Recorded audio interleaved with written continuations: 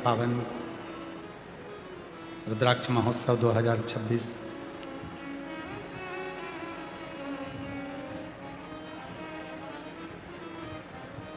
जिसका चतुर्थ दिवस यहाँ प्रारंभ हुआ है। कथा के आज मुख्य यजमानों के नाम हम नहीं लेंगे क्योंकि समय थोड़ा ज़्यादा हो गया है, इसलिए इस कथा के जो भी मुख्य यजमान हैं मैं उनसे निवेदन करूंगा एक बार सब खड़े हो जाओ। जो भी मुख्य यजमान हैं, मैं आस्था चैनल वालों से कहूंगा कि इन सभी का दर्शन सभी श्रोता भाई बहनों को हो कि ये वो मुख्य यजमान हैं जिन पर भगवान देवादिदेव महादेव की कृपा करुणा उनकी उदारता हुई और ये पवित्र कथा आज आप और हम सब श्रवण कर रहे हैं। एक बार जोरदार ताली बजाएं सभी मुख्य यजमान के लिए। विराजी बैठिए। और तेरी कृपा बिना ना हिले एक भी अणु, लेते श्वास तेरी कृपा से तनु तनु, बखान क्या करूं मैं रागों के ढेर का, चपटी भभूत में खजाना कुबेर का, हे गंगाधर मुक्ति का ओंकार भोले ओंकार आयुषं तिहारी शंभु। शिव कृपा से आज कथा के मध्य में श्री बागेश्वर धाम से पंडित श्री धीरेन्द्र कृष्ण शास्त्री जी यहाँ पधारे थे। आप सभी ने उनका उद्बोधन श्रवण किया। बड़े पवित्र भाव से आनंद से उन्होंने भगवान शिव का रुद्राक्षेश्वर महादेव का अभिषेक पूजन किया और यही कामना करी कि जो भी शिव भक्त भाव से भगवान शंकर के विरल भक्ति को धारण करे उसके संपूर्ण जीवन में उसको खुशियां ही खुशियां प्राप्त हो, आनंद ही आनंद।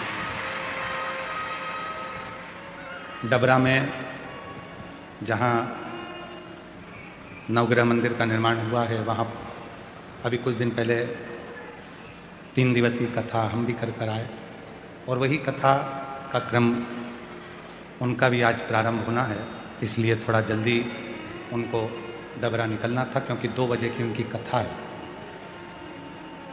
इसलिए यहाँ से थोड़ा जल्दी आप प्रस्थान करें। एक शिव भगवान देवादिदेव महादेव की अविरल भक्ति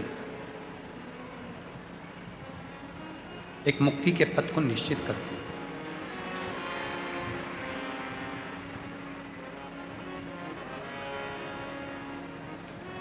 और शिव महापुराण की कथा कहती है जब भक्ति प्रबल होती है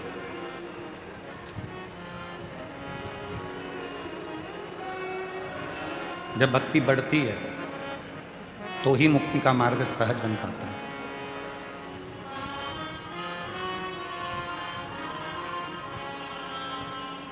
और संसार का ऐसा कोई मनुष्य नहीं है, बेटा उधर के माइक ऊंचा, संसार का ऐसा कोई मनुष्य नहीं है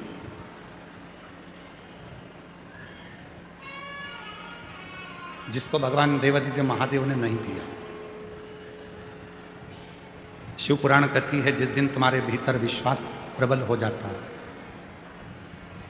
जिस दिन तुम्हारे भीतर विश्वास दृढ़ हो जाता है, उस दिन शिव आपकी झोलियों में खुशियां देना प्रारंभ कर देते हैं।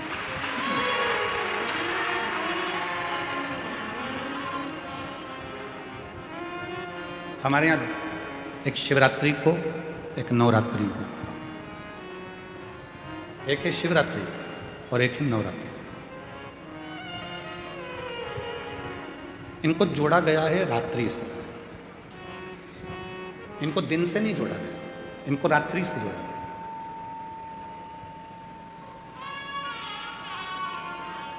क्यों जोड़ा गया? कि शिवरात्रि कहती है, नवरात्रि कहती है कि हर रात्रि के बाद में एक सुबह आना, उसी तरह हर दुख के बाद एक सुख की घड़ी जरूर आना।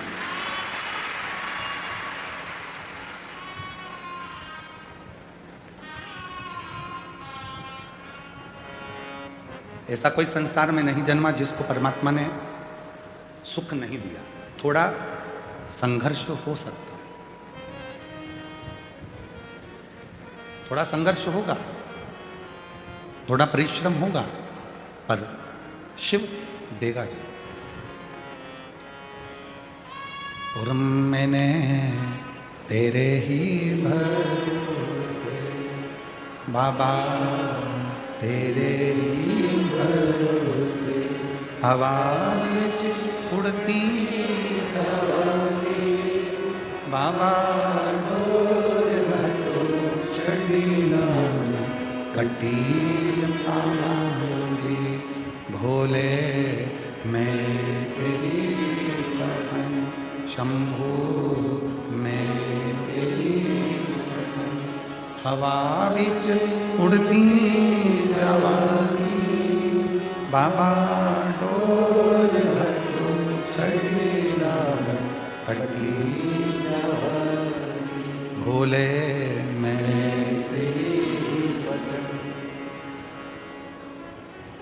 शिव कथा कहती है रात्रि आती है तो सुबह भी आए। शिवरात्रि हर महीने आती है, हर महीने शिवरात्रि आकर कहती है, और प्रत्येक महीने की शिवरात्रि का अपना अपना एक नियम है। प्रत्येक महीने की शिवरात्रि का अपना नियम। ऐसी कोई शिवरात्रि नहीं है जिसका कोई नियम नहीं। और प्रत्येक शिवरात्रि अलग अलग फल भी देती है।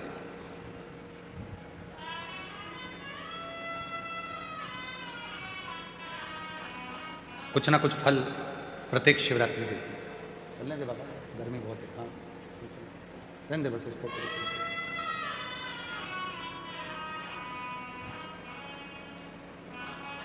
प्रत्येक शिवरात्रि फल प्रदान करती है, और प्रत्येक फल अलग अलग, प्रत्येक फल। जैसे महाशिवरात्रि, श्रावण के महीने की शिवरात्रि, कार्तिक महीने की शिवरात्रि, बैसाख महीने की शिवरात्रि। एक शिवरात्रि श्रावण महीने की, जिस पे आप और हम पूरा विश्व पार्थिव शिवलिंग का पूजन करता है। करते हो ना आप लोग? ऑनलाइन जम के तो बोलो, सब करते हैं। ऑनलाइन पूजन पार्थिव शिवरात्रि, उस श्रावण की शिवरात्रि पर पार्थिव पूजन आप और हम सब मिलकर करते हैं। पार्थिव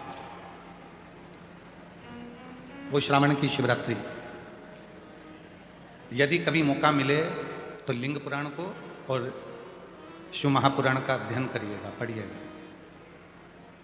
उसमें वर्णन आता है श्रावण महीने की जो शिवरात्रि होती है, उस शिवरात्रि पर यदि कोई मनुष्य भूलवश भी मट्टी के भी यदि ढेले को उठाकर उस पर जल चढ़ा देता है तो उसके घर में कभी संपदा की कमी नहीं आती। इतना श्रावण की शिवरात्रि का महत्व है।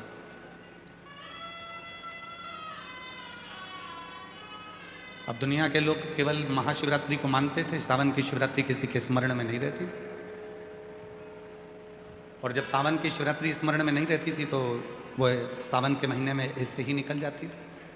पर जब से शिव भक्तों ने शिव महापुराण की कथा को सुनना प्रारंभ करा, कथा श्रवण करना जब प्रारंभ किया, तो उनके स्मरण में ये शिवरात्रि की महत्वता आई।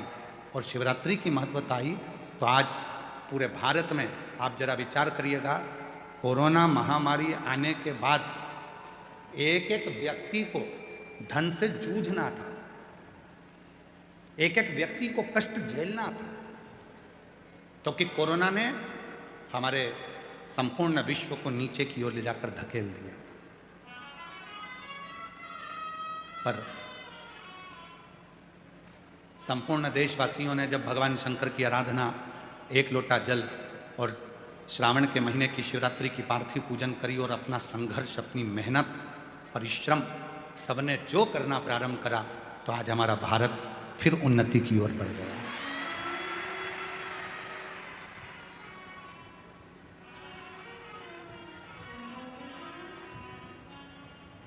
कई देश ऐसे हैं जो आज भी कोरोना के कारणवश प्रबल नहीं बन पाए, पर हमारा भारत, हमारा देश, हमारा तिरंगा आज भी उसी आनंद के साथ भारत की इस पवित्र गौरवमय भूमि पर लहरा रहा है। आज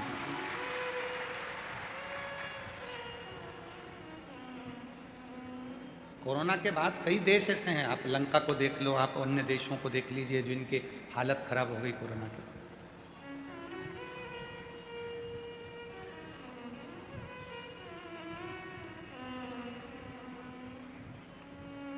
पाकिस्तान जैसा देश हो, अन्य देश नीचे चले गए, पर भारत आज भी उसी आनंद के साथ खड़ा है।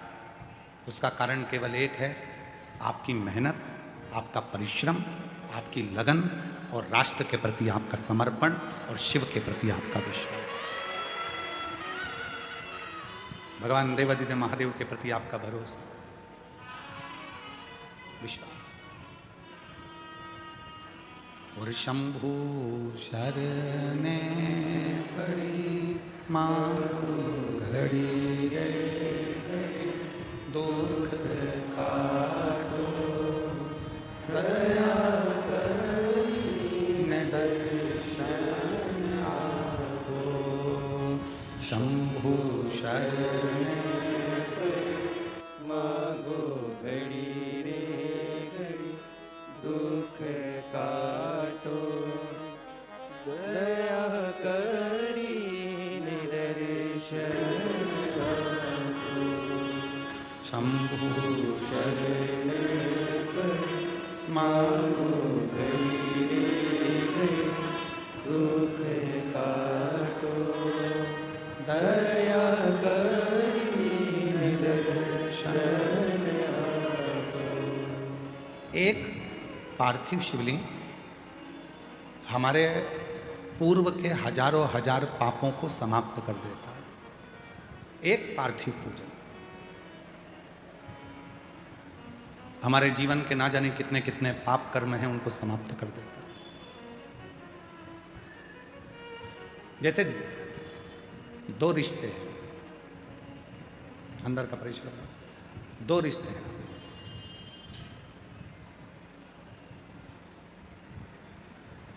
एक आपका परिवार से रिश्ता, इसकी एक उम्र होती है। परिवार का जो रिश्ता है इसकी एक उम्र है।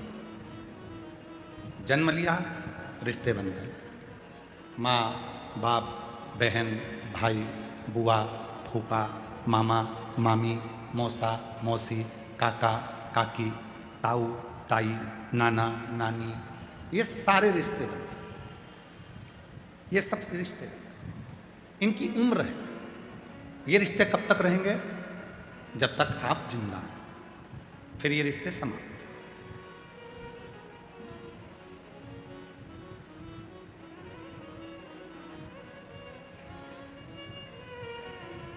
वो रिश्ते फिर समाप्त हो जाते हैं। एक रिश्ता वो होता है जो जन्म लेने के बाद से मरने तक रहता है, और एक रिश्ता वो होता है जन्म नहीं लिया उसके पहले से लेकर मरोगे उसके बाद तक एक रिश्ता चलता है। उसकी उम्र नहीं होती, वो रिश्ता है शिव से रिश्ता, क्योंकि शंकर की कोई उम्र नहीं होती। संसार के लोगों की उम्र है, तो एक उम्र तक का रिश्ता होता है। शिव जी की कोई उम्र नहीं है। आप कहोगे कि भोलेनाथ जी की उम्र का अंदाजा कैसे लगा सकते हैं, तो आप खुद जरा विचार करिए। सती माता माता प्रसूति के गर्भ से जन्म लेती हैं और गोदी में माता सती हैं। 33 कोटि देवताओं को बुलाया गया, उसमें भगवान देवादिदेव महादेव आकर खड़े हुए। सती मैया शिव जी को देख रही हैं, शिव सती को देख रहे, सती शिव को, शिव सती को देख रहे। रिश्ता। अब सती मां गोदी में है और भोलेनाथ जी का विग्रह, भोलेनाथ जी का स्वरूप कितना विशाल, किसने जाना। महाराज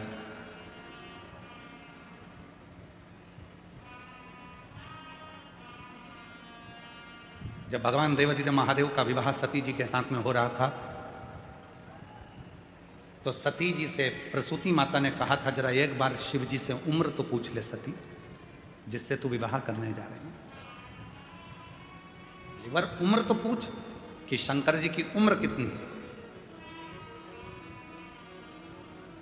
सती मैया ने शिव जी के सामने हाथ जोड़कर कहा कि आपकी उम्र कितनी है। शिव जी कहते हैं, सती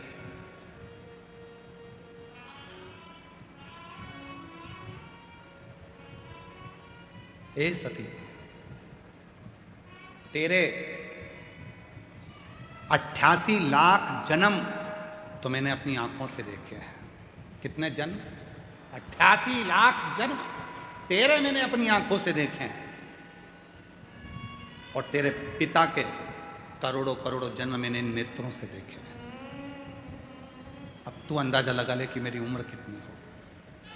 और दक्ष प्रजापति के पिता को भी लेकर आओ, और उनके करोड़ों जन्म मैंने देखे हैं। और दक्ष प्रजापति के पिता दादाजी को भी लेकर आओ, उनके करोड़ों जन्म मैंने देखे हैं।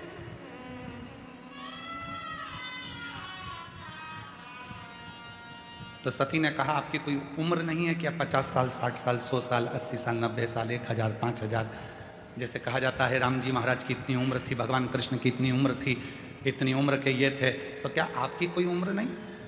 आपकी कोई उम्र नहीं। सती, यदि मेरी उम्र होती तो मैं केवल संसार के लोगों से संसार के बीच में रहकर ही रिश्ते रखता। मेरी उम्र का ठिकाना नहीं है, क्योंकि मैं अमर हूं। इसलिए जो जन्म लेता है, जो मेरा होता है, जो जन्म नहीं लिया, माँ के गर्भ में भी आया, तब भी मैं उसका साथ देता हूं। बाहर निकलता है तो भी साथ देता हूं, मरता है तो भी साथ देता हूं, मरने के बाद भी साथ देता हूं। एक रिश्ता, एक संबंध जो मुझसे दुनिया के लोग जोड़ लेते हैं, वो संबंध वो प्रबल संबंध होता है कि वो संबंध कभी खत्म नहीं होता है, समाप्त ही नहीं होता है। और कोई पिछले जन्म के अच्छे कर्म मुझे बाबा तेरा साथ मिला, कोई पिछले जन्म के अच्छे कर्म मुझे बाबा तेरा साथ मिला। जहाँ सारी दुनिया झुकती है, जहाँ सारी दुनिया झुकती है, मुझे वो आली दरबार मिला, दरबार मिला। कोई पिछले जन्म के अच्छे कर्म मुझे बाबा तेरा साथ मिला, कोई पिछले जन्म के अच्छे कर्म मुझे बाबा तेरा साथ मिला। जिसने जान लिया, जिसने वेद को, शास्त्र को पढ़ा है, ध्यान करा है, स्मरण करा है, वो जिंदगी में पहचान गया कि शिव है क्या।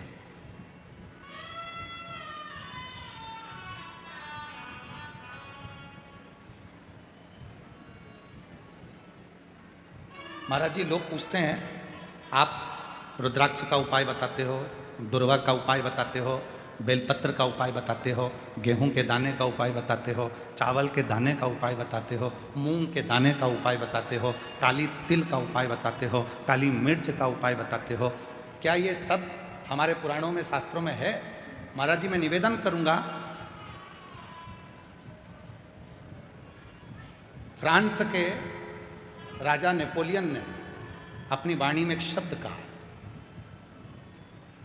नेपोलियन ने कहा कि धरती पर मनुष्य जन्म लेने के बाद तुम्हें जो चाहिए वो तुम्हें मिल सकता है। कैसे? बस तुम्हें जो धरती पर चाहिए वो कहीं ना कहीं किसी ना किसी पुस्तक में हमारे पुरखों ने लिख दिया है। उस लिखे को तुम अनुभव करना चालू कर दो और तुम्हें दुनिया का सारा सुख प्राप्त हो जाए। महाराज, पढ़ना पड़ेगा। पहले टीवी कम थी, पुस्तक ज्यादा थी।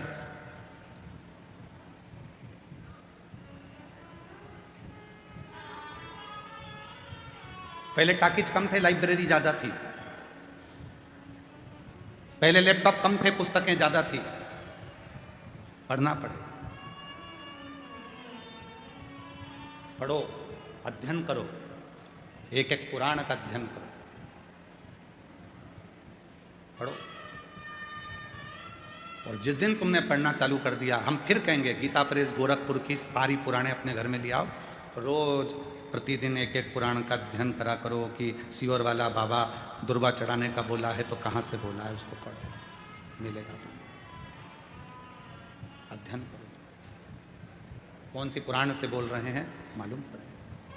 अध्ययन, सब कुछ लिखा है हमारे वेद व्यास जी ने। पुराणों में ऐसी कोई चीज नहीं है जो पुराणों में या शास्त्रों में वर्णन नहीं कर। 18 पुराण, 6 शास्त्र हमें जो दिए गए हैं, 4 वेद जो हमको दिए गए हैं, अच्छे अच्छे विद्वानों ने अपनी अपनी पुस्तकों में बहुत कुछ हमको दिया है। हम उनको छोड़कर, उसके बाद भी हम अपना सनातन धर्म छोड़कर दूसरे धर्म की पुस्तकों की बड़ाई करें तो चुल्लू भर पानी में डूब मरो।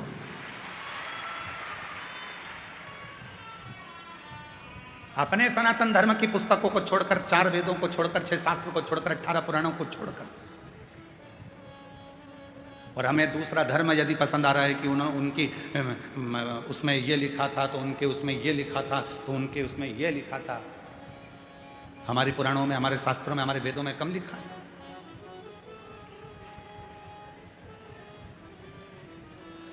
जैसे मंदिरों को मिटाने का काम विधर्मियों ने करा, तीर्थों को नष्ट करने का काम विधर्मियों ने करा, वैसे ही हमारे वेद और शास्त्रों में भी अटकलियां, हमारे वेद और शास्त्रों को भी मिटाने का काम विरोधियों ने करा, विधर्मियों ने करा। पढ़ता नहीं है व्यक्ति, बस कह देता सियोर वाले महाराज जी ने कहा था, ये करा वो करा। सियोर वाले महाराज जी ने बोला था कि बेलपत्र को ऐसे चढ़ाना, ऐसे। एक बेलपत्र की डंडी की दिशा की भी मूलता रहती है कि डंडी कहाँ रखना है।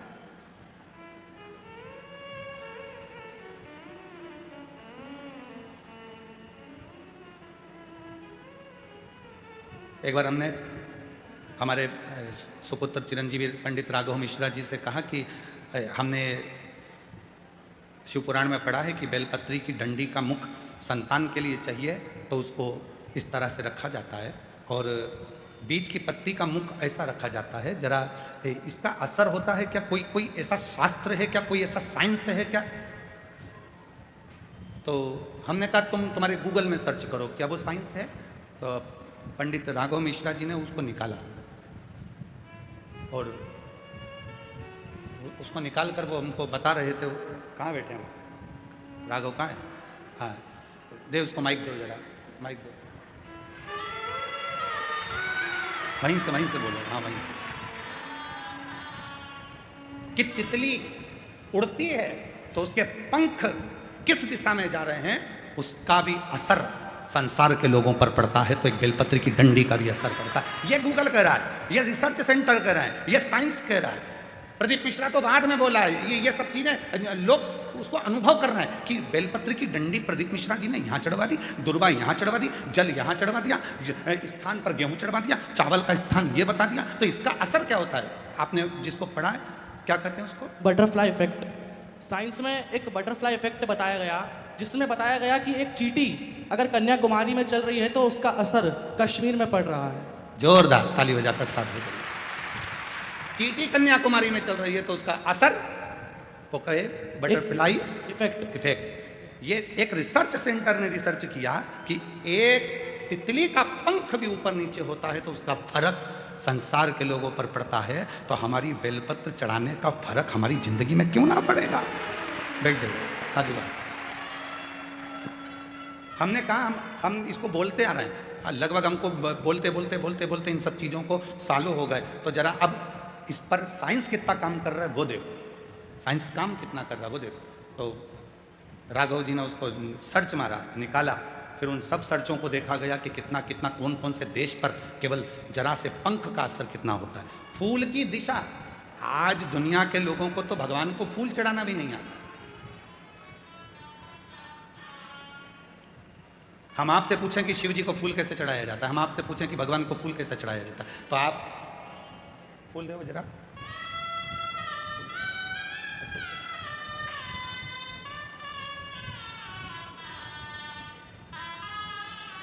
आप और हम फूल कैसे चढ़ाते हैं?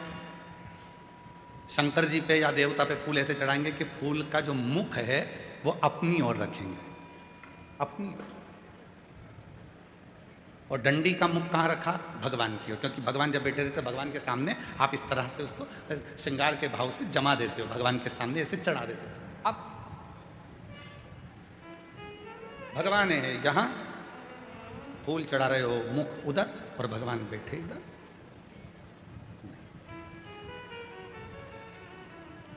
डंडी का मुख अपनी ओर हो और फूल का मुख मेरे परमात्मा की ओर हो।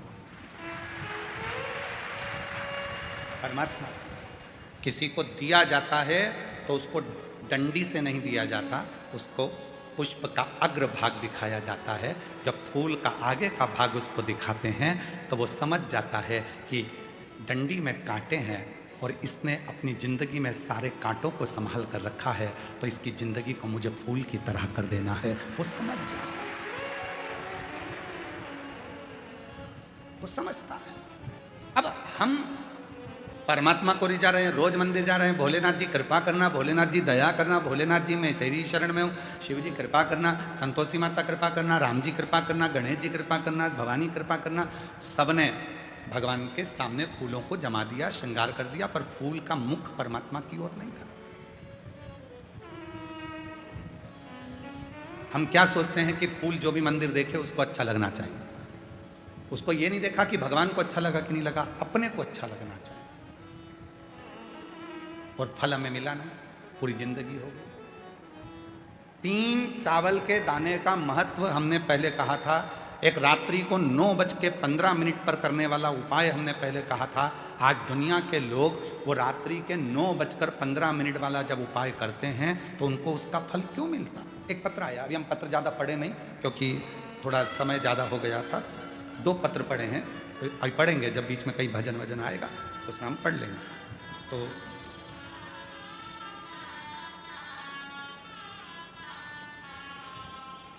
मनीषा पति सुंदरलाल सापले, जिला बड़वानी, मध्य प्रदेश से आई है।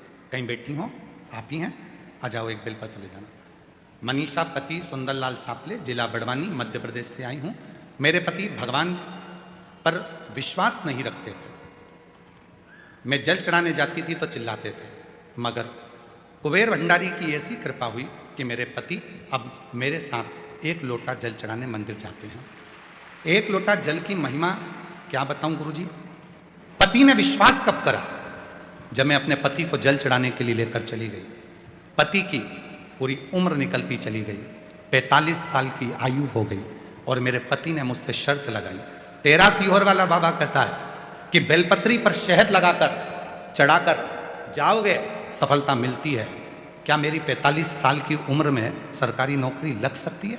पत्नी ने कहा वो सीहोर वाला बाबा नहीं है, शिव कथा करता है, तुम मेरे साथ आज चलो।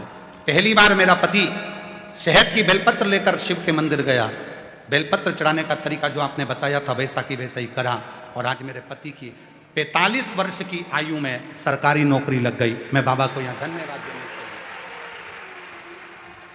45 वर्ष की आयु में मेरे पति की सरकारी नौकरी लग गई, मैं बाबा को प्रणाम करने आई हूँ। और दूसरी बात कहना चाहती हूँ, आप कहते हो गेहूं के दाने अशोक सुंदरी वाली जगह पर चढ़ाने से वैभव बनता है। मैंने बाबा को गेहूं के दाने चढ़ाए, जिससे 3/12/2025 को बाबा की कृपा से, आज बाबा की करुणा से मेरा खुद का 2 मंजिल का मकान बन गया। मैं बाबा को धन्यवाद देना चाहिए। शिव किसको कहते, शंकर किसको कहते? एक तरीका आपकी जिंदगी में हो,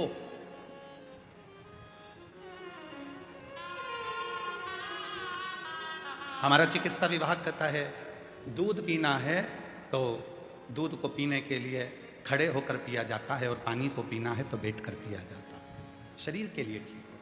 उसी तरह शिव को जल चढ़ाने का भी तरीका होता है, तो शंकर को पुष्प चढ़ाने का भी तरीका होता है, तो शंकर को चावल का दाना चढ़ाने का भी तरीका होता है। ये दुनिया के लोग जितना विरोध करना है इनको करें, पर उस विरोध का हल जब निकलेगा जब आप खुद अपनी पुराणों में अध्ययन करोगे कि सियोर वाले महाराज ने बोला, तो बोला कहाँ से, उसका अध्ययन करो, उसको पढ़ो। जैसे नेपोलियन, फ्रांस के राजा नेपोलियन ने कहा कि हमारे बुजुर्गों ने, हमारे गए हुए उन संतों ने अपनी पुस्तकों में सब कुछ लिख दिया, बस उसको तुम जितना अपने शरीर पर उतारोगे उतना तुम्हारा वैभव बढ़ते चले जाएगा। आप उतारो तो शरीर। हम केवल मोबाइल तक रह गए, हम केवल लैपटॉप तक रह गए, हम केवल टीवी तक रह गए, पर हम पुस्तकों को छोड़ दिए, हमने पढ़ना छोड़ दिया, हमने अध्ययन करना छोड़ दिया। सूरत वाले सोमानी जी बैठे हुए हैं, कहाँ है सोमानी जी? हाँ, ये बैठे हैं। सोमानी जी के घर पर हम जब सूरत में गए तो इनका बड़ा पोता बहुत बोलता है, और वो बड़ा पोता हमारे पास में आकर बैठ गया, और पास में बिल्कुल बाजू में आकर बैठा। उसका फोटो भी हम कल आपको होगा तो दिखाएंगे। बिल्कुल बाजू में आकर बैठा, और बाजू में आकर बैठकर बोलता है कि बहुत आगे बढ़ने के लिए क्या करना चाहिए? तो हमने कहा खूब पढ़ना चाहिए। तो कहा ये तो मम्मी भी बोलती है, ये तो दादी भी बोलती है। तो हमने कहा गुरु भी यही बोलता है, पढ़ो, तुम बढ़ जाओ। आगे बढ़ने की सबसे बड़ी कुंजी, चाबी है तुम्हारा पढ़ना। केवल विरोध करना नहीं, उसको पढ़ो।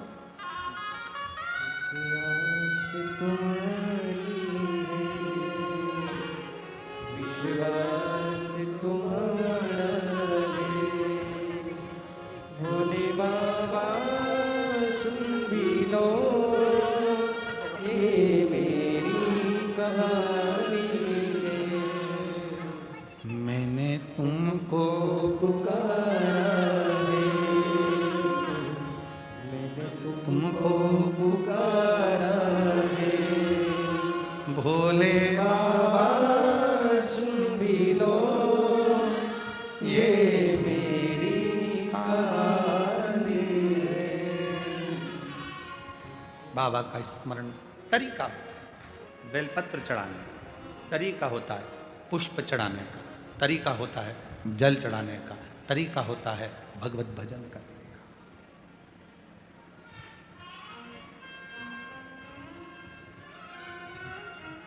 सारे तीर्थों में जाइए, हम मना नहीं करेंगे, वहां तुमको जैसा करना वैसा करो, पर कुबेरेश्वर धाम की धरा पर आओ तो 5 छोटे छोटे कंकर बीन कर उसकी आराधना साधना कर कर बैठ कर 108 बार श्री शिवाय नमस्तुभ्यम कहो।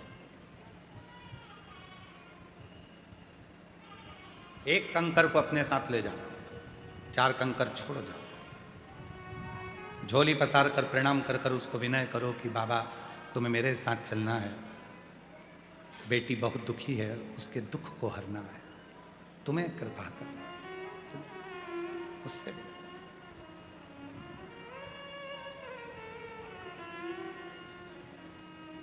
और मेरे बाबा दया करना, मैं तेरे भरोसे, मेरे बाबा दया करना, मैं तेरे भरोसे, ना घर के भरोसे ना परिवार के भरोसे हूँ, ना घर के भरोसे हूँ, ना परिवार के भरोसे हूँ, मेरे भोले दया करना, मैं तेरे भरोसे हूँ, भोले बाबा दया करना, मैं तेरे भरोसे। हम उसके आश्रित हो जाए, आश्रित। कई लोग कह देते हैं, आपने कहा कि एक बेलपत्र लेना, एक चावल का दाना लेना, एक दुर्वा लेना। कभी आप कह देते हो कि कनेर का फूल के साथ लाल कलर का चावल का दाना लेना। सबका तरीका है, सबका स्वरूप है, सब फल देते हैं, बस विश्वास के साथ करना होता है, विश्वास के साथ। एक पत्र आया है,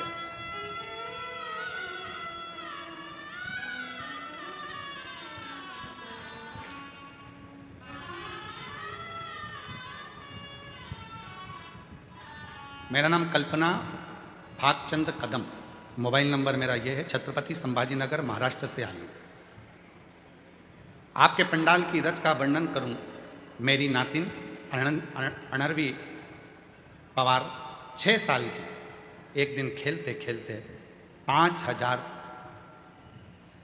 फीट गहरे पानी के टंकी में गिर गए। सूचना घर वालों को नहीं, बेटी को ढूंढ रहे हैं, कहाँ चली। बच्चा अंदर पड़ा है, किसी को नहीं मिल रहा। ढूंढते ढूंढते 10 मिनट, 15 मिनट, 20 मिनट हो गए और वो बच्ची मिल नहीं, थक गई। तब सूचना मिली कि पानी की टंकी में वो लड़की गिर गई और प्राण उसके लग रहा है कि चलेगा। पूरा घर, कहीं बैठी हों, छत्रपति संभाजी नगर से, मेरा नाम कल्पना भागचंद्र कदम, छत्रपति संभाजी नगर से मोबाइल नंबर है, आ सकते हैं। सूचना मिली कि वो तो अब हाथ से निकल। माँ रोती बिलखती, क्या करती, करती क्या। अगर बच्ची आई हो तो उसको ला सकते हैं। जवाब दे दिया, चली गई, हो गई पूरी। माँ रोती रोती शिव के मंदिर में गई और भगवान शंकर को जल चढ़ाकर उसका पानी, अब पानी में तो डूबी थी और पानी ही चढ़ा के लिए और लाकर बेटी का मुख खोलकर, उसके शरीर में पहले कितना पानी भरा था, वो पानी उसके मुख में डालकर जो पेट को दबाना प्रारंभ करा। डॉक्टर से कहा कुछ तो करो, जो दबाया, हल्की सी हांपड़ी भराई, जो आधे घंटे से पानी की टंकी में पड़ी थी वो जिंदा निकल गई। ये शिव है, इसको शिव कहते हैं, इसको शंकर कहते हैं। याद आया उसको, सियोर वाला बाबा बोला था 1 लोटा जल सारी समस्या का हल है। याद आया, दौड़ पड़ी, मेरी बेटी मेरे हाथ से चली गई, दौड़। फिर कल वाली लाइन याद रखना, अरे भीड़ में तन्हाई प्यास की गहराई में मुझे तुम याद आते हो, मुझे तुम याद आते हो। भीड़ में तन्हाई में प्यास की गहराई में मुझे तुम याद आते हो, भोले तुम याद आते हो। याद आए, जिस समय उलझन में फंसे और उस समय पर वो परमात्मा याद आ जाए तो समझ लेना कि वो याद नहीं आया है, वो तुम्हारे दुख को हरने के लिए आकर खड़ा हो। तुम्हारे दुख को मिटाने के लिए वो खड़ा हो गया। वो याद नहीं आया, वो स्वतः आया, स्वतः। रोते नहीं, अब खुश हो जाओ, अभी तो पापा ने दे दी बात। रोते नहीं, आंसू बचाओ, अच्छा आंसू बचाओ, खुश। शंभू प्रणाम करो बाबा। यही बेटी है जो आधे घंटे तक पानी की टंकी में पड़ी रही है। पानी शिव है, वो शंभू है, उसको शिव कहते हैं। ले प्रणाम। याद आते हो,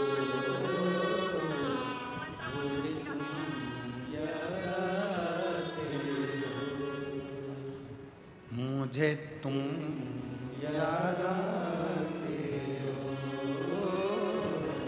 मुझे तुम याद आते हो।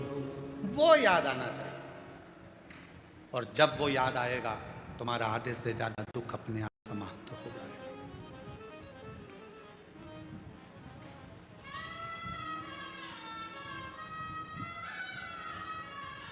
उसको याद किया, वो सामने होगा।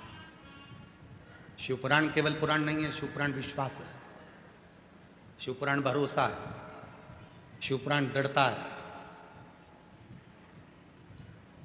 शिव के मंदिर में केवल जल चढ़ाने नहीं, शंकर जी के मंदिर में विश्वास लेकर जाना प्रारंभ करिए, शिव आपके सम्मुख में होंगे।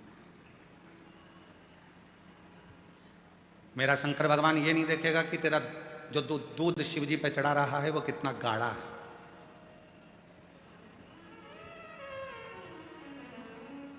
लोग लोगों से लड़ लेते हैं, क्यों भैया हमने तुमको 600 रुपए दिए हैं और तुमने इतना पतला पतला दूध शंकर जी को चढ़ाने के लिए दे दिया।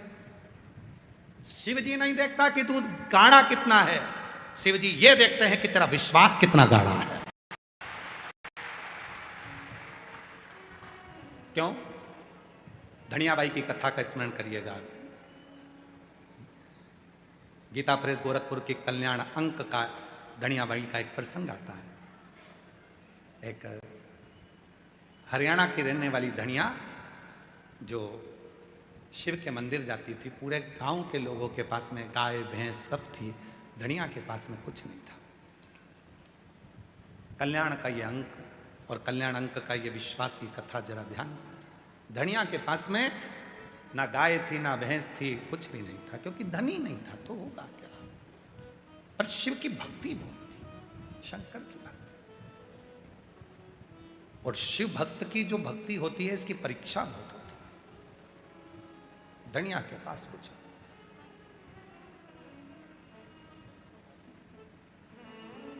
दो बेटे हैं, दोनों दिन भर काम करते हैं, थोड़ा सा जो मिलता है उससे गुजारा कर लेते हैं, जो मिल गया। शिवरात्रि का उत्सव आ गया, मंदिर के अंदर सारे मंदिर वालों ने निर्णय ले लिया कि कल बाबा को 1.25 कुंटल दूध चढ़ाया जाएगा और दूध लाना जरूरी है। अगर दूध लेकर नहीं आए तो कल हम तुम्हें बाबा के दर्शन भी नहीं कराएंगे और अंदर भी नहीं जाने देंगे। जो दूध लेकर आएगा वो आगे बैठेगा, जो दूध लेकर आएगा वो अग्रण्य हो, नहीं तो अंदर नहीं आना। दूध लाइए तो अंदर आइए। धनिया आज मंदिर नहीं गई। बेटों ने पूछा, मां तू मंदिर नहीं गई? हाँ। क्यों? वो घर में दूध नहीं है ना। तो दूध नहीं है तो दूध से मंदिर का क्या मतलब? आज तो शिवरात्रि है, तुझे तो मंदिर जाना चाहिए। दूध नहीं तो दूध से क्या नहीं। वो मंदिर में सब ने बात करी कि कल मंदिर में जल वही चढ़ाएगा या मंदिर में वही आएगा जिसके पास में दूध हो, और वो दूध लेकर आना, वो दूध लेकर आना। बेटे गए सेठ जी के यहाँ जाकर कहा, मैं तुम्हारे यहाँ झाड़ू लगाता हूँ, थोड़ा सा दूध मिल जाता तो मेरी माँ मंदिर चली जाती है। सेठ जी कहने लगे, तेरा बाप रख के गया? तेरा बाप रख कर गया है क्या दूध? रत्ती भरना दिया है। दूसरे बेटे ने अपने सेठ जी से कहा, सेठ जी थोड़ा सा दूध मिल जाता, मेरी माँ मंदिर चली जाती। काम कर, भीख मंगना है तो बाहर जा, यहां काम करता है ना, बस रोटी मिलती है ना, बस चल काम कर। दूसरा बेटा भी हताश हो गया। मां आज मंदिर नहीं गई। धनिया पूरा मंदिर में भीड़ लगी है और धनिया नहीं आई है। जितनी बेचैनी धनिया को शिव से मिलने की थी, उतनी बेचैनी मेरे कैलाश अधिपति शंकर को धनिया से मिलने की थी। उतनी बेचैनी। वो लाइन फिर स्मरण में लाई है, तुझसे मिलने के लिए तेरी कसम, तुझसे मिलने के लिए तेरी कसम, एक मुलाकात जरूरी है सनम, एक मुलाकात जरूरी है सनम। धनिया घर में रो रही है, बिलख रही है। आज बाबा का दर्शन शिवरात्रि पर नहीं हुआ। शिवरात्रि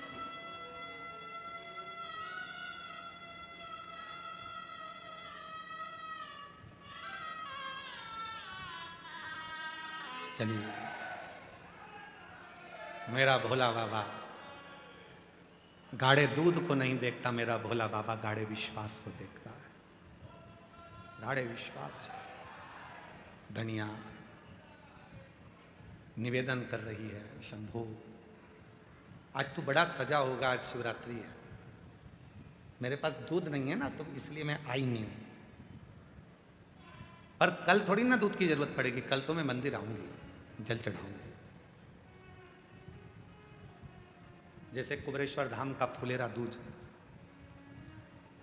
रुद्राक्ष महोत्सव की सबसे बड़ी जान होती है फुलेरा दूज। उसी फुलेरा दूज के दिन जो रुद्राक्ष कैसे भी होते हैं, इतने प्रबल और सिद्ध हो जाते हैं कि वो औषधि का कार्य करना चालू कर देते हैं।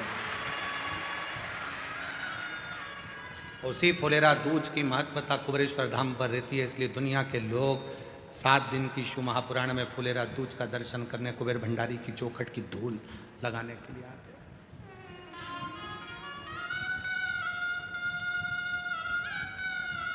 और अब की बार तो बाबा ने बड़ी कृपा करी कि कथा के छठे दिन, जिसको हम लोग शिवरात्रि कहते हैं, छठे दिन को, उसी दिन फुलेरा दूज भी पड़ रहा है 19 तारीख को।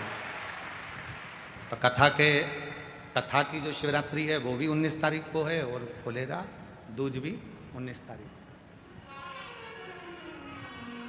फुलेरा दूज भी 19 तारीख।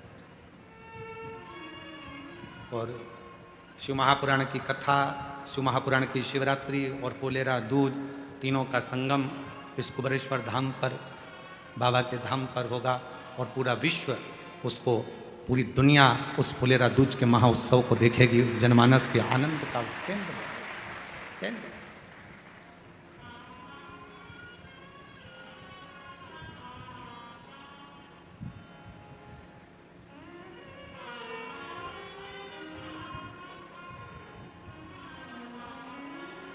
धनिया के मन में आया कि मैं कल आऊंगी, कल आऊंगी। आज तो दूध चढ़ना है ना, तो मेरे पास में है नहीं, मैं कल जरूर आऊंगी, कल पहुंचू। शिव जी से वो ऐसी बात कर रही है मन मन में। आप लोगों में से कई मेरी बहनें ऐसी हैं, कई मेरी जीजियां, कई मेरे जीजा, कई मेरी बेटियां, कई बेटा, कई मेरे बुजुर्ग माँ बाप ऐसे हैं जो बैठे बैठे भगवान से बात करते रहते हैं। बात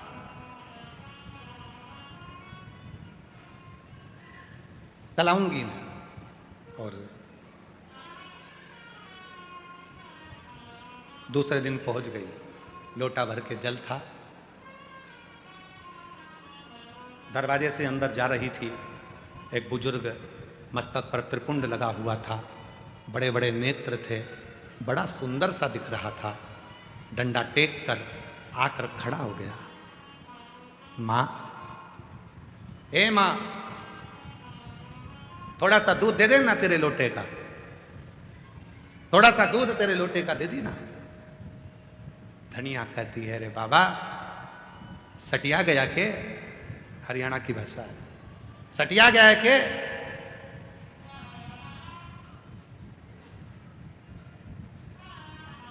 ए बुढ़ा, सटिया गया के तू? हरियाणा की भाषा, सटिया गया के तू? सटिया या नहीं हूं? ओ ताई, लद्दूध पवा देना, लद्दूध दे। अरे मेरे लोटे में तो जल है, कहां दूध धरा है? दे तो दे, पानी पिला दे ला। धनिया ने जो लोटे में से जल डाला, जल तो नहीं था, दूध गिर रहा था, और मेरा महाकाल पी रहा था। लोटे में से जल गिर रहा था और मेरा महाकाल पी रहा था। मेरा शंभू उसको ग्रहण कर रहा था, शिव ले रहा था। धनिया की आंख से आंसू बह गए, दौड़कर मंदिर में पहुंच गई। शिव लिंग के सामने कहती है, आज तो तेरी ये बेटी ना दूध ला पाई, ना जल ला पाई। शिवलिंग में से महाकाल प्रकट होकर कहते हैं, मैंने तो बाहर ही तुझसे दूध ले लिया था। विश्वास है तो सियोर का कंकर भी शंकर है, और विश्वास नहीं है तो पूरी दुनिया में कितने भी मंदिर चले जा, तुझे शिव कभी नहीं मिल सकता। शिव नहीं मिल सकता। मेरा वो घरदानी, मेरा शंभू, मेरा त्रिकालदर्शी, मेरा कैलाशी, मेरा अविनाशी, मेरे शिव गाढ़ा दूध नहीं देखते। मेरे शंकर भगवान गाढ़ा विश्वास देखते हैं कि तेरे अंदर विश्वास कितना है, भरोसा कितना है, दृढ़ता कितनी। कितना भरोसा, कितना विश्वास। और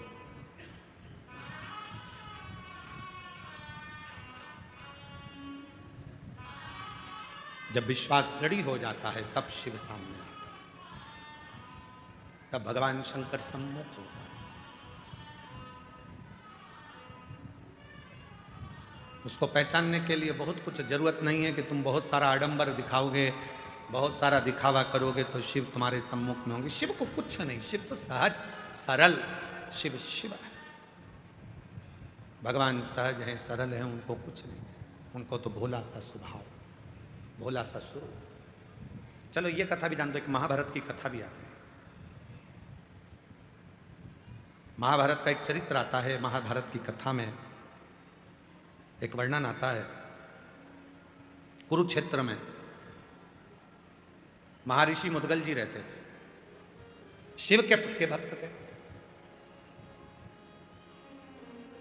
एक नियम उन्होंने अपनी जिंदगी में बनाकर रखा था मुद्गल जी ने, महर्षि मुद्गल ने एक नियम बनाया था।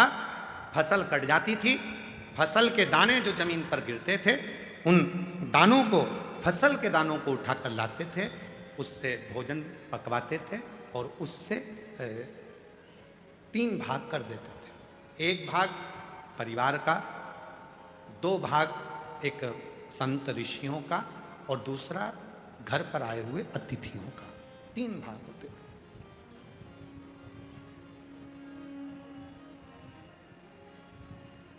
कुरुक्षेत्र में रहते थे मुद्गल जी, शिव के बड़े उपासक थे, शंकर की बड़ी भक्ति करते थे,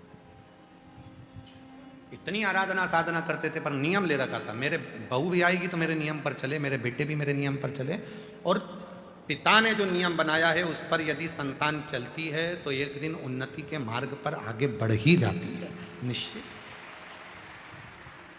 मुद्गल जी ने नियम, और मुद्गल जी ने क्या नियम बनाया कि जो भी जमीन पर अन्न गिरेगा उसका दाना लाएंगे, उसको पिसवा कर उसका अनाज बनाकर पकाकर 3 हिस्से करेंगे। 1 हिस्सा भगवान ऋषियों के लिए, दूसरा तिथियों के लिए और तीसरा अपने परिवार के। यही क्रम चलता रहा, चलता रहा, यही क्रम चलता रहा। अब बारी आई है मेरे भोले बाबा की परीक्षा की। शिव जी ने परीक्षा लेने के लिए एक ब्राह्मण का रूप ले लिया और मुद्गल जी के घर पहुंच गए। कब पहुंचे?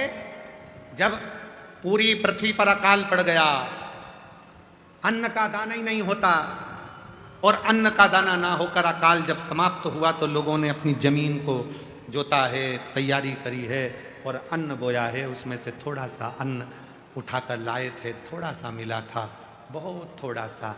उसके भी 3 हिस्से कर दिए गए थे, एक संत ऋषि के लिए, दूसरा तिथि के लिए, तीसरा अपने परिवार के लिए। और मिला कितना था? आज 3 महीने के बाद जो खाने के लिए भोजन मिला था उसमें केवल एक गासा, एक कोरा, एक टुकड़ा हिस्से में आया था। मुद्गल जी के हिस्से में, मुद्गल जी की धर्मपत्नी के हिस्से में, उनके बेटे के हिस्से में, उनकी बहू के हिस्से में केवल एक टुकड़ा अन्न का आया। एक टुकड़ा, इससे ज्यादा नहीं, केवल एक टुकड़ा।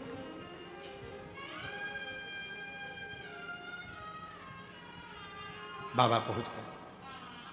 बहुत परीक्षा लेता है बाबा। कल आपको कथा में कहा था, सबसे पहले याद रखना, शिव तुम्हें धन नहीं देंगे, दौलत नहीं देंगे, संपदा नहीं देंगे। शंकर भगवान सबसे ज्यादा तुमको क्या देंगे?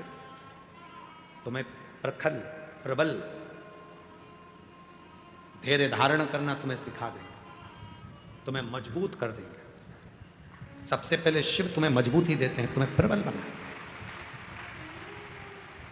इतनी ठोकर मारेंगे, इतनी ठोकर मारेंगे कि तुमको मजबूत बना देंगे। और ठोकर जिंदगी में याद रखना, ठोकर कभी पहाड़ से नहीं लगती, ठोकर हमेशा छोटे मोटे पत्थर से ही लगती है। ठोकर कभी पहाड़ से नहीं लगती। कौन है जिसको पहाड़ से ठोकर लगी? एक को लियाओ पकड़ के कि जिसको पहाड़ से ठोकर लगी हो। पहाड़ से ठोकर कभी किसी को नहीं लगती, ठोकर हमेशा छोटे मोटे पत्थर से ही लगती है। इसलिए घर जो टूटता है वो छोटी मोटी बात से टूटता है, बड़ी बात तो धरी की धरी रह जाती है। बहुत बड़ी बड़ी बात निकल जाएगी, बहुत बड़े बड़े काम निकल जाएंगे, बहुत बड़ा बड़ा समय निकल जाएगा, पर छोटा सा समय व्यक्ति को झंझोड़ कर रख देता है। वो छोटा सा, क्योंकि ठोकर छोटे पत्थर से ही लगती है, छोटे पत्थर।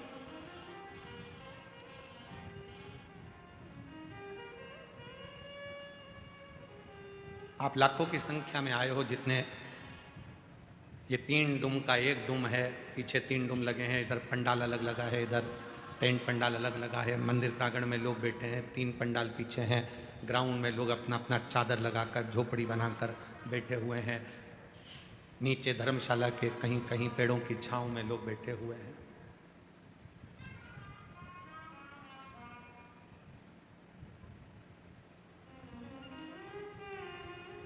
हमको उम्मीद नहीं थी कि तुम इतने लाखों की संख्या में तुम यहां पहुंच जाओ। कारण अब की बार हमने कथा में बहुत कम मात्रा में निमंत्रण दिया। क्यों? क्योंकि व्यवस्थाएं करने में हमको लग रहा था कि ये पहले रुद्राक्ष उत्सव वहाँ होता था, जगह छोटी पड़ती थी, फिर करा, व्यवस्थाओं को बढ़ाते बढ़ाते आज इस ग्राउंड को भी कहीं अहंकार होगा तो वो भी टूट गया, जो आप इतनी संख्या में पहुंचे गागर में सागर। पहले पिछले रुद्राक्ष उत्सव का रजिस्टर देखे तो उस रजिस्टर में था कि 80 कुंटल आटा एक दिन में उठता था। आज का रजिस्टर यदि आप चेक करेंगे तो 250 कुंटल आटा एक दिन में उठ रहा। परोसने वाले ये पूरे मालेगांव की टीम बैठी हुई है और 250 कुंटल आटा और लगभग 250 कुंटल चावल प्रतिदिन का उठता है बाबा के, प्रतिदिन 250। उतना ही मिक्सचर, उतनी बूंदी, उतना ही मक्खन बड़ा, सब सामग्रियों का अंदाजा जरा लगाया जाए। और आप लोगों ने गागर में सागर भर दिया। समिति ने भी पूरी व्यवस्थाएं कि शौचालय आपको मिले पक्का, कहीं इधर उधर भटकना ना पड़े, जीजियों आराम से स्नान कर सकें। 5 रुपए की पानी की बोतल, पीने के पानी के लिए बड़े बड़े, जो हमने पहले कहा था कि नगर पालिकाओं में बड़े बड़े आरओ के पॉइंट लगते हैं, ऐसा केवल कुबेरेश्वर बाबा के भक्तों के लिए, बाबा के लिए लगाया है। ऐसी चार्जिंग पॉइंट, पार्किंग स्थल समिति की ओर से निःशुल्क, पानी निःशुल्क, भोजन निःशुल्क, ठहरना आपका निःशुल्क, सब शिव भक्तों की है, शिव भक्तों को लगा भक्ति है।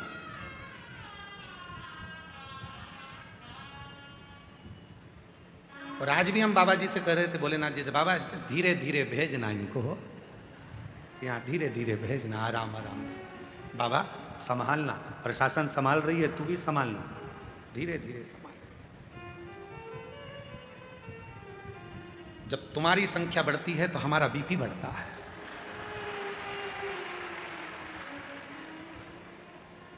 लोग पूछते महाराज जी आज तुम्हारा चेहरा उतरा है, ये बढ़ गए हैं। और हमारा जितना बढ़ता है उससे दुगना शासन प्रशासन का बढ़ जाता है, उनके भी ऊपर नीचे होते रहते, बढ़ गए। इधर देखो, 1 नंबर गेट बंद करो जल्दी से, 2 नंबर बंद करो, 3 नंबर का चालू करो, 4थे नंबर से निकालो, 5वें नंबर से निकालो। प्रयाग का मेला और सीहोर का रुद्राक्ष महोत्सव एक बराबर का है, एक बराबर। तो संभालना बहुत बड़ी जवाबदारी मध्य प्रदेश शासन की, प्रशासन की होती है। आज मैं पुनः मध्य प्रदेश सरकार को, मोहन सरकार को बहुत साधुवाद देता हूं, जिन्होंने बहुत सुचारू रूप से इसको संभाला। प्रशासन, सीहोर प्रशासन बहुत संभाल रहा है, बहुत समिति कर रही है, पर साथ में प्रशासन सब संभाल। और मेरे नगर के सारे पत्रकार बंधु, सोशल मीडिया, इन सबको साधुवाद देता हूं, जिन्होंने इतना स्तंभ के साथ में इस कार्यक्रम को संभाल कर रखा है। रोज प्रतिदिन सदविचारों से, सद्बुद्धि से, सदानंद के साथ इसको प्रेषित किया है।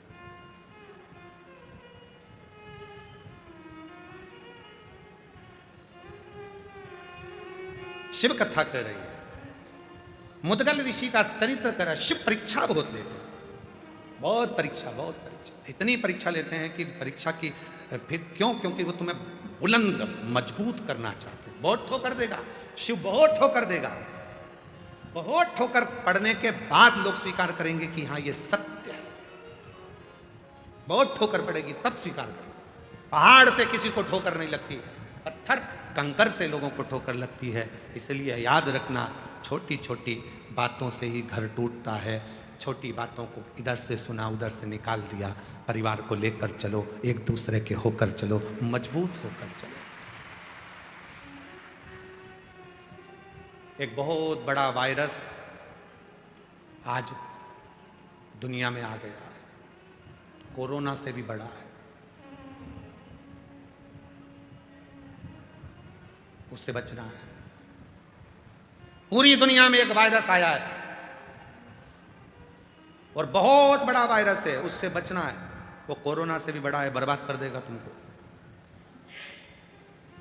वो वायरस का नाम है क्या बोला, किसने बोला, कब बोला, क्यों बोला, मेरे लिए बोला, तेरे लिए बोला, किसके लिए बोला, क्यों बोला, कब बोला, कैसे बोला, सही में बोला कि गलत में बोला, मेरे लिए बोला। ये वो वायरस है जो तुम्हारे घर को भी और तुम्हें भी एक दिन बर्बाद करके रख देता है। ये वायरस तुम्हें भी बर्बाद कर देता है, तुम्हारे घर को भी बर्बाद कर देता है, अपने आप को भी बर्बाद कर देता। क्यों? मेरे लिए बोला था, हाँ मेरे लिए। उसने बोला, कब बोला, कैसे बोला, क्यों बोला, किसने बोला, ये बोला ही वायरस है। कैसे बोला, उसकी इतनी हिम्मत, मेरे लिए बोला, कब बोला, ये वायरस है बहुत बड़ा। ये व्यक्ति को बर्बाद कर देता। और जिस दिन तुमने सोच लिया आग लगे बस्ती में अपन रहो मस्ती में, क्या किसको रोइए चादर तान के सोइए, वो वायरस दिमाग से निकल जाएगा। बोल दिया तो बोल दिया, जान दे अपन तो कड़ी चावल खाओ और श्री श्रीवाय जान बोले जान क्या कर भजन शिवोहम बोलो, शिवोहम शिवोहम शिवोहम। जब तुम्हें लगने लगे कि ये बहुत ज़्यादा महान दिख रहा है और मैं तो उसके आगे हल्का दिख रहा हूँ, तब याद करना क्या बोलना है, शिवोहम, मैं शिव हूँ, मेरे अंदर शिव है, मैं शंकर, मैं ओ घड़दानी, मेरे भीतर शिव समाया है। शिवोहम शिवोहम शिवोहम शिवोहम। शिव को भजो, शंकर, शिव का स्मरण, तब सुख है। और ध्यान दें, त्रिकालदर्शी, कैलाशी, अविनाशी भगवान शंकर की पवित्र कथा कह रही है। मुदगल ऋषि का चरित्र कह रहा है। महर्षि मुदगल जी की परीक्षा लेने के लिए भगवान एक रूप धरकर अतिथि कहा गया। 3 महीने से अन्न का दाना नहीं मिला था पूरे परिवार को। आज बैठे थे एक एक गासा लेकर भोजन करने के लिए। दरवाजे पर दस्तक दी, मुदगल जी भोजन कर रहे थे, उठकर गए, दरवाजा खोला, क्या बात है, भूख लगी है मुझे, भोजन चाहिए, आओ बैठो। अपना भोजन का थाल उठाकर दे दिया, बाबा ये लीजिए, ये पता आप भोजन करो, ये लो।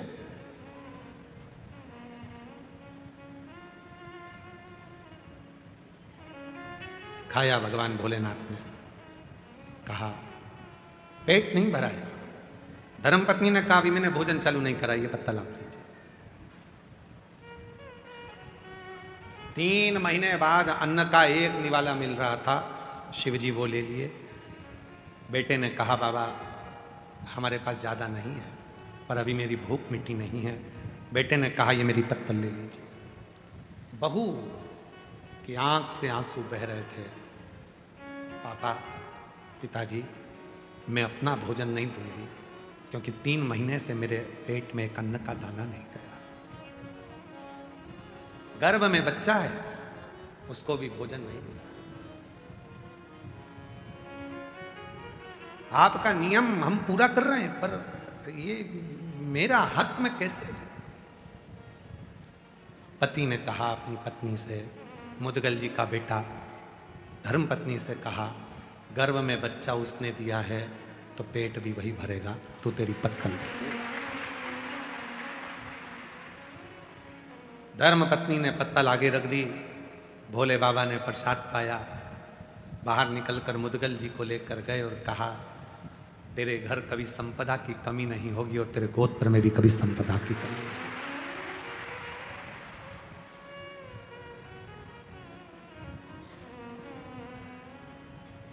श्रद्धा थी, समर्पण था, और श्रद्धा और समर्पण जहां होता है वहां का यदि एक अन्न का दाना भी मिल जाता है तो वह हमारी जिंदगी में सुख उत्पन्न कर देता है। सुख। कई लोग कहते हैं गुरुजी हम यहाँ बहुत अमेरिका के यजमान हैं, बेंगलोर के यजमान हैं, मुंबई के यजमान हैं। आप देखिए हमारे ये बड़े बड़े जिनके अमेरिका वाले जो मुख्य यजमान पद ग्रहण करे हैं उनको, उनके और भी जो अमेरिका की मेरी जीजी आई हैं, कहीं कहीं से आए हैं, कहीं बेंगलोर से आए हैं, सबकी बहुत विशाल विशाल काम है। अमेरिका में भी भारी काम है और जगह जगह पर काम है, और कहीं कपड़े वाले बैठे हैं तो उनकी फैक्ट्रियां हैं, तो कोई की शोरूम है, तो किसी का करोड़ों का काम है, किसी का करोड़ों का टर्नओवर है। ऐसे ऐसे यजमान बैठे हैं। हमने इनसे कहा कि आप लोगों की व्यवस्था हम नहीं कर पाएंगे इतना कि आपके लिए बहुत वीआईपी हमारे पास में रूम नहीं है, और ना हम अलग से कोई भोजन बना पाएंगे कि आप लोगों को हम अलग से कोई पकवान खिला पाएंगे। उन्होंने कहा गुरुजी हमें जिसने पूर्व में जो यजमान बना था उसने हमको बताया कि अगर प्रसाद पाना है तो एक बार कुबेरेश्वर दरवाजे का प्रसाद पाकर जाना, जिंदगी में सुख का मिलता है। इसलिए हम धाम में रुकना चाहते हैं, किसी होटल में नहीं। हम धाम का भोजन करना चाहते हैं, किसी होटल का। हमें यहाँ का अन्न में थोड़ा सा मिलता है, थोड़ा बहुत बहुत।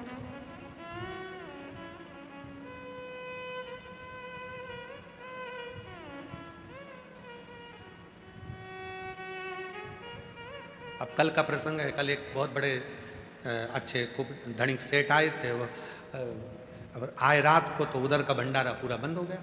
अब हमें फुर्सत मिली रात्रि को, तो हमारे अस्सू रोहिला जी हैं, सुबह हमारे साथ में जाते आते रहते हैं, और मॉर्निंग वॉक में तो वो हमारे लिए गन्ना लाए थे छील के। तो वो गन्ना हम रात को खा रहे थे, तो कहा गुरुजी भंडारा तो बंद हो गया, प्रसाद। हमने कहा गन्ना है, हम भी खा रहे हैं, तुम भी खा लो। कहीं चलेगा, पर दांत हिल रहे हैं। हमने कहा हम तोड़ के दे देते हैं, तुम काहे चिंता करते। प्रसन्नता के भाव में बाबा के दरवाजे पर आए हो, कुबेर भंडारी के यहाँ, कुबेरेश्वर महादेव के यहाँ, दिल से भाव से जो प्रसाद पाओ उसको इस भाव में पाना कि मेरे शरीर में अगर कोई रोग हो, बीमारी हो, तकलीफ हो, तो मेरे बाबा उसको समाप्त करना। मेरे जीवन में खुशी, सुख। जितनी समय कुबेर भंडारी के यहाँ रहो, 2 दिन, 5 दिन, 3 दिन, 1 दिन के लिए भी अगर कुबेरेश्वर धाम आ रहे हो, रुद्राक्ष महोत्सव में आ रहे हो, तो ये भाव लेकर आना कि मेरे बाबा मुझ पर करुणा करना। बहुत आस लेकर आई, बहुत विश्वास है। कुछ पत्र, एक पत्र में एक बहन ने लिखा, देखिए, मेरा 19 साल का लड़का है, मेरा नाम बलराम यादव, जिला साहेबगंज, झारखंड का रहने वाला हूँ। पिछले वर्ष दीपावली के समय कुबेरेश्वर धाम आया था। मुझे किसी ने कहा था कि यहाँ बाबा सुनता है, मैं आ गया। मेरा लड़का है 19 साल का, जो बचपन से बोलता नहीं है, निपट गूंगा है, बोल नहीं सकता। गुरुजी, उसने जिंदगी में एक उसके मुंह से आ शब्द भी नहीं निकला, क्योंकि उसकी जीवान में शब्द नहीं था। लोग उसको गूंगा कहते थे। उसकी शारीरिक स्थिति भी ठीक नहीं थी। मैं उस बेटे को लेकर बाबा के यहाँ दिवाली मनाने आया था। मैंने सुना है कि दीपावली के दूसरे दिन खजाना मिलता है। मेरा खजाना तो मेरा बेटा मेरे बाबा से जो मांगा, बाबा ने दे दिया। आज मेरा बेटा थोड़ा थोड़ा बोलना चालू कर दिया, जो 19 साल से नहीं। पत्र में कुबेरेश्वर धाम आया था, फिर मैंने यहाँ पूजा की और घर चले गया। लड़का 19 साल का है, मेरा बेटा बचपन से बोल नहीं पाता था। गुरुजी, आपके कहे अनुसार कंकर शंकर की पूजा कर, बिलपत्र चढ़ाकर घर में बाबा को जो बेटे को देना प्रारंभ करा, आज मेरे बेटे की वाणी आई है। अब वो मुझे पापा और माँ सब बोल। 19 साल बाद उसकी जिह्वा बोली है। ये शिव है, ये भरोसा। 19 साल से उसकी वाणी नहीं थी। बाबा, मैं जिला साहेबगंज, बलराम यादव, झारखंड का रहवासी हूँ।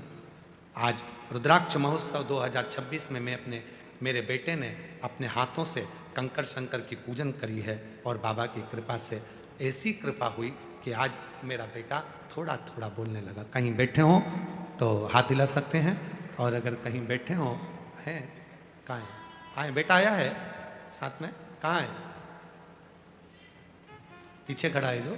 आ जाओ बाबू, आओ, आ जाओ, एक बेलपत्र लेकर जाइए, आओ।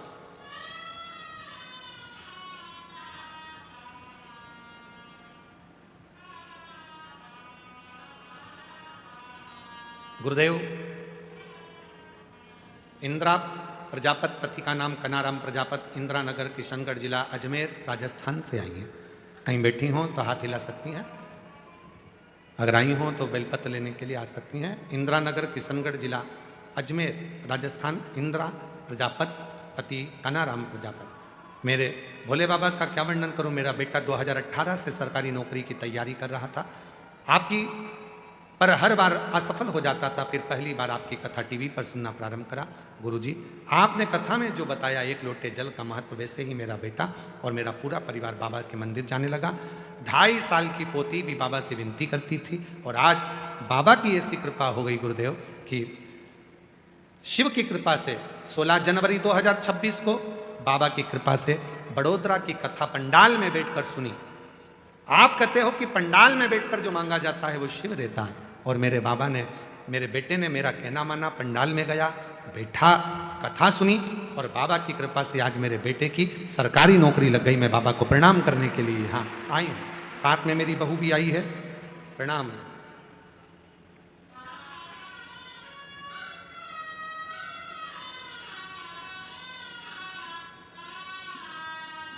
शिव तत्व है।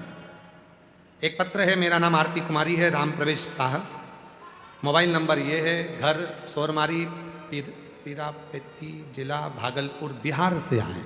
कहीं बैठे हों तो हाथ हिला सकते हैं। शादी को 10 साल हो गए थे, कहीं बैठी हैं, बच्चा आया है साथ में तो ला सकती हैं, आ जाइए। शादी को 10 साल हो गए था, संतान का सुख नहीं था, डॉक्टरों को दिखाई फिर भी मुझे संतान का सुख नहीं मिला, कई जगह से गोद भी भरवाई फिर भी मुझे कोई सफलता नहीं मिली। बाबा, तब सफेद आंकड़े की जड़ का प्रयोग करा, शिव जी पे जल चढ़ाना प्रारंभ करा, और बाबा की कृपा से 10 साल के बाद मेरे घर में औलाद आई है। मैं बाबा को प्रणाम करती हूँ। मेरा नाम मंदा घनश्याम खनके, मैं महाराष्ट्र के राजनांदगांव संभाजी नगर की रहने वाली हूँ। बाबा, मेरी शादी को 10 वर्ष हो गए थे, पर मुझे बच्चा नहीं था, ट्रीटमेंट करवाया, कोई फर्क नहीं गिरा। तब बाबा के भरोसे 4 डॉक्टरों से इलाज करवाने के बाद भी जब सुख नहीं आया, तब सफेद आंकड़े की जड़ का प्रयोग करा, और बाबा की कृपा से मेरे घर संतान की प्राप्ति 10 साल बाद हुई है। बाबा, अगला पत्र है, मेरा नाम सुरेखा, पति का नाम भगवान उबाके, गांव का नाम अष्टी, जालना, महाराष्ट्र से आई हूँ। गुरुदेव, 13 साल हो गए थे, संतान नहीं थी, बाबा की कृपा से सीहोर कुबरेश्वर धाम आई थी, और बाबा से विनय कर कर गई, सफेद आंकड़े की जड़ का प्रयोग करा। 13 साल के बाद मेरे घर में औलाद आई है। शिव तत्व की प्राप्ति का केंद्र है आपका विश्वास, आपका भरोसा, आपकी दृढ़ता।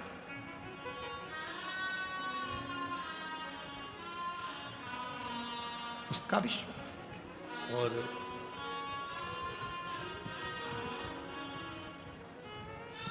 महादेव नमन चरणों में स्वीकार कीजिए। साथ में बोलिए सारे, ये हम अकेले नमन नहीं, आप सब कर रहे हो, और बाबा सबका कल्याण करने वाला। जितने बैठे हो दिल से बोलो, महादेव नमन चरणों में स्वीकार कीजिए, सबका किया है मेरा भी उद्धार कीजिए, उद्धार कीजिए। हे त्रिपुंडधारी, हे त्रिशूलधारी, हे त्रिपुंडधारी, हे त्रिशूलधारी। चरणों में तेरे बाबा जी पावन मेरे चारों धाम। माइक पर।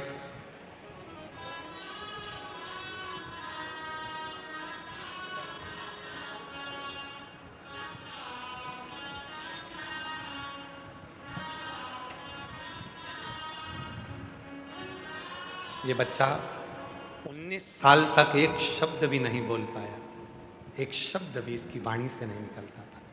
डॉक्टर निपट गूंगा बधिर का एक सर्टिफिकेट दे दिया। आज शिव की कृपा से कुछ शब्द इसकी जिह्वा पर आए। पापा, मम्मी, बाबा, नाना, ऐसे शब्दों का जब प्रयोग चालू हुआ है तो बाबा इसके शब्दों को पूरा करेगा। पापा, पापा, मामा। एक एक शब्दों का प्रयोग इसको धीरे धीरे, जो 19 साल तक नहीं बोल पाया, उसको बाबा ने पिता का नाम तो दिया है, माँ का नाम तो दिया। धीरे धीरे वो शब्द बाबा पकड़ा है। नहीं रोते नहीं बाबा, अच्छा कुछ बोला।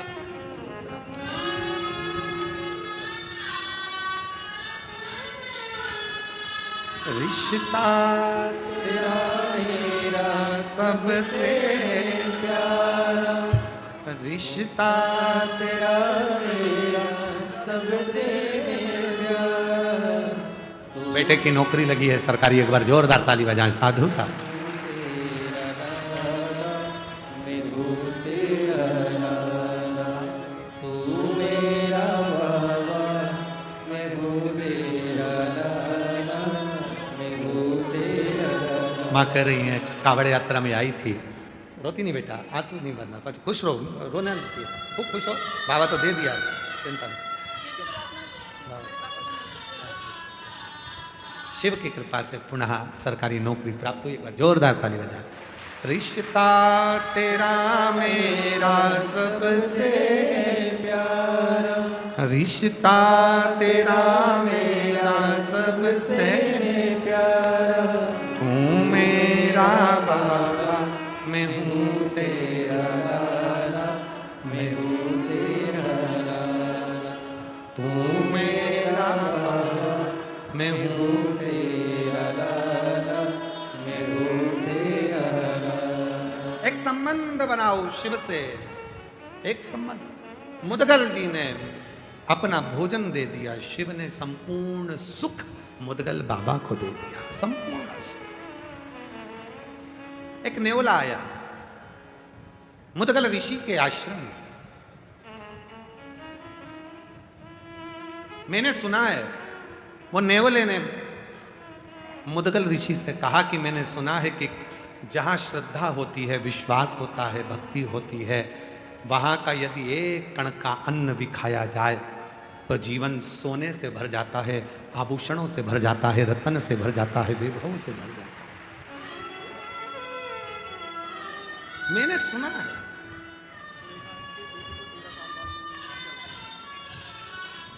बेटी के यहाँ 13 साल के बाद बच्चा हुआ है। एक बार जोरदार ताली।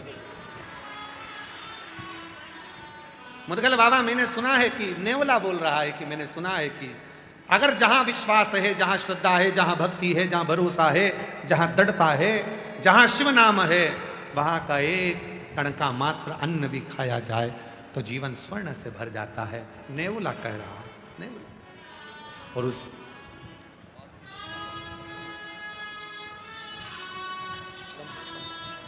बाबा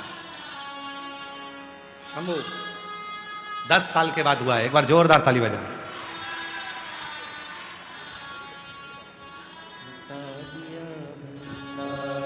काशी वाले ने कर दिया माला माल, काशी वाले ने उठा दिया भंडार, काशी वाले ने कर दिया माला माल, काशी वाले। मैंने सुना है कि जो समर्पण, श्रद्धा और विश्वास का एक अन्न का दाना भी पाए तो स्वर्ण से जीवन बन जाए।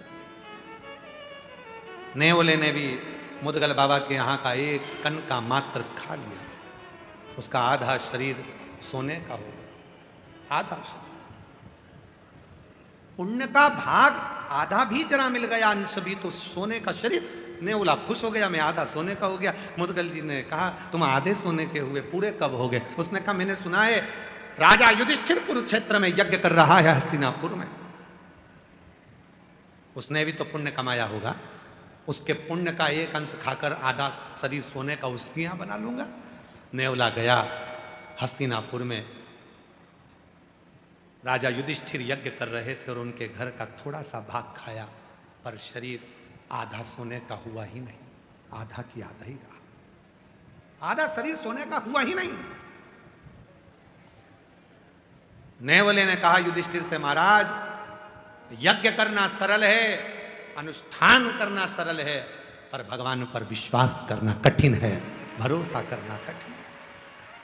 मैंने मुदगल बाबा के यहाँ आधा कण का मात्र खाया और मेरा शरीर सोने का हो गया, और तुम्हारे यहाँ इतना बड़ा यज्ञ का भाग विग्रहण करा तो सोने का नहीं हुआ, क्योंकि विश्वास नहीं। भरोसा बहुत बड़ा होता है। उस भरोसे को जिसने जीत लिया, विश्वास जिसने कर लिया, शिव उसको मिल गया, शिव उसको। ए मेरी जीजियों, अपने पिता के घर, अपने बाप के घर, अपने बाबुल के घर आई हो। ए मेरे जीजाओं, आप अपने पिता के घर, अपने बाबुल के घर आए हो। जितनी मेरी बेटी बेटा, मेरे बुजुर्ग माँ बाप बैठे हो, यहाँ ऐसे ही मत रहना कि टाइम पास करने के लिए आए हो और 7 दिन रहना है और जाना है। इससे तो तुम अपने घर पे अच्छे थे। यहाँ टाइम पास करने के लिए कुबेरेश्वर धाम मत आओ।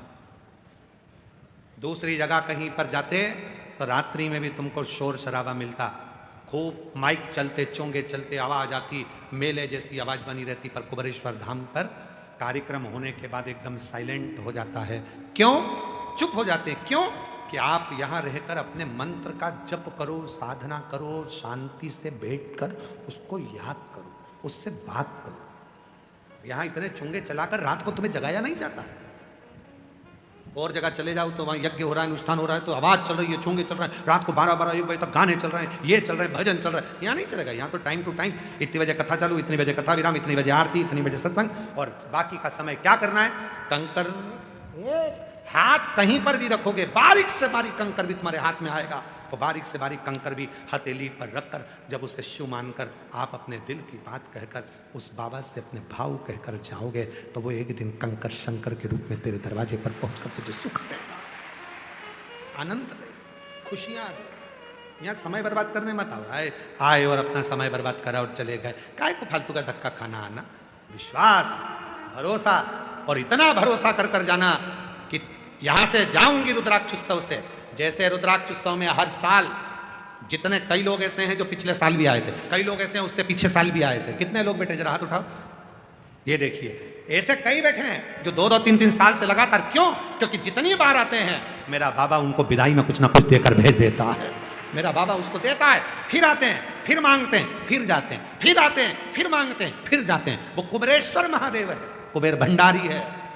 जितनी बार आओगे उतनी बार देकर भेजे, हल्का फुल्का नहीं, वो देता। बोल बम का नारा है सारी समस्या का हल, श्री शिवाय। वो देता है, छप्पर फाड़ कर देता है। विश्वास दृढ़ हो, भरोसा प्रबल हो, तो वो देने में कमी नहीं। एक आस तुम्हारी है, विश्वास तुम्हारा है, भोले बाबा सुन भी लो ये मेरी कहानी है। मैंने तुमको पुकारा है, मैंने तुमको पुकारा है। भोले बाबा सुन भी लो ये मेरी कहानी है। शिव के आश्रित होकर, भरोसा रखकर जो सुख भोगा वही श्रेष्ठ। जगत जननी जगदम्बा पार्वती जी गणेश जी से विवाह कर कर गणेश जी रिद्धि सिद्धि को लेकर आ जाते, सुख प्राप्त करने, आनंद प्राप्त करने, शंभु कृपा करने। एक हमारे निखिलेश जी ने बड़ा सुंदर एक भजन कुबेर भंडारी का बनाया है, बड़ा सुंदर। और जो कुबेरेश्वर बाबा के भजन बनाते हैं बड़े भाव से बनाते हैं, इतना भाव से भजन बनाया है। जरा चलाइए जरा उसको। पहली बार वो भजन रिलीज हो रहा है। एक बार जोरदार ताली बजाएं श्री निखिलेश जी बारेट जी के लिए, जिन्होंने रुद्राक्ष महोत्सव के अवसर पर 1-2 लाइन अपन उस भजन की चालू करो। जब तक हमारे बीच में भगवान श्री शिव जी और पार्वती जी गणेश जी को लेकर आ रहे हैं, जोरदार ताली बजाइए उनके लिए। साधुता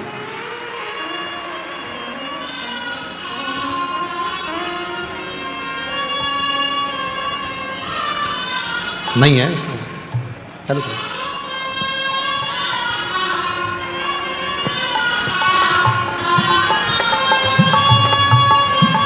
शंभो।